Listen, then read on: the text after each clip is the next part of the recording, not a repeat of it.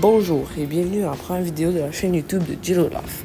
Dans cette vidéo, nous allons apprendre à construire des arbres à l'aide de cette planche de bois pour découper, cette énorme roche, ce bout de bois, et nous allons travailler à l'aide de plusieurs matériaux comme des marteaux et des scies pour pouvoir construire notre arbre.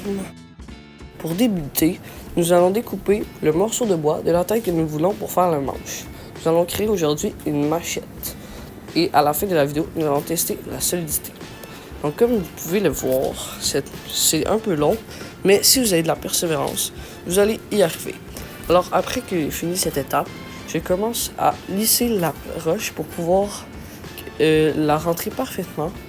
Mais il faut aussi la rendre aiguisée pour qu'elle découpe, bien évidemment. Cette étape a été la plus longue et m'a pris beaucoup de temps.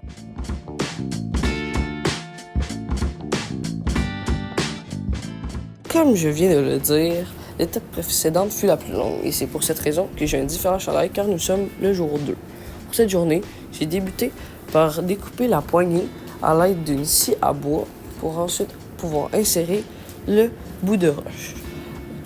Pour cette invention, nous avons besoin de marteau, de scie à bois, d'un tournevis et d'une lisseuse. C'est tout simple comme ça et avec ça vous pourrez créer cette arme, évidemment avec le bois et la roche. Ici vous pouvez donc voir les deux embouts terminés et voilà la façon dont je vais essayer de les faire. Malheureusement, j'ai oublié de filmer le moment où je l'ai fait, donc voilà l'invention finale. Pour le premier test, nous allons découper plusieurs aliments à l'aide de la machette que nous avons créée et d'un X-Acto.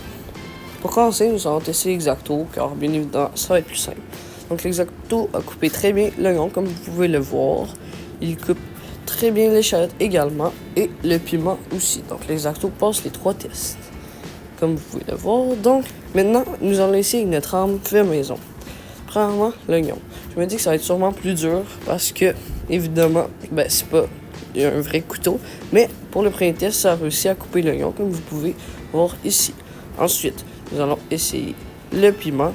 Et ça va être plus dur avec la pleure, mais ça coupe très bien aussi. Ici, on peut voir le jus.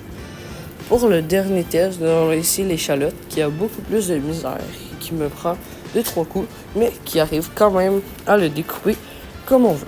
Donc, il a passé le premier test. Les deux ont passé le premier test. Mais malheureusement, j'ai utilisé une différente technique pour le couteau. Comme vous pouvez le voir, je vais vous la montrer.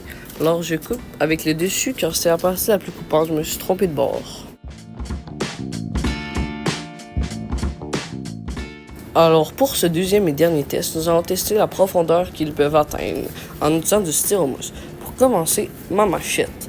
Alors, c'est très dur de transpercer le styromousse. Je réussis à enlever un petit bout, mais comme on voit, ce n'est pas très profond comme serrure. Alors maintenant, avec l'X-Acto, nous allons tester. Et l'X-Acto va déjà mieux, il rentre très bien et arrive même à toucher jusqu'au fond. C'est là qu'on voit que c'est mieux d'avoir un vrai couteau, mais ça peut faire quand même le travail, comme on l'a vu avec le test précédent. En conclusion, il est toujours mieux d'acheter un vrai couteau qu'un couteau fait maison, mais des fois pour passer le temps, quand on n'a rien à faire durant l'été, on peut en créer un et c'est parfait aussi.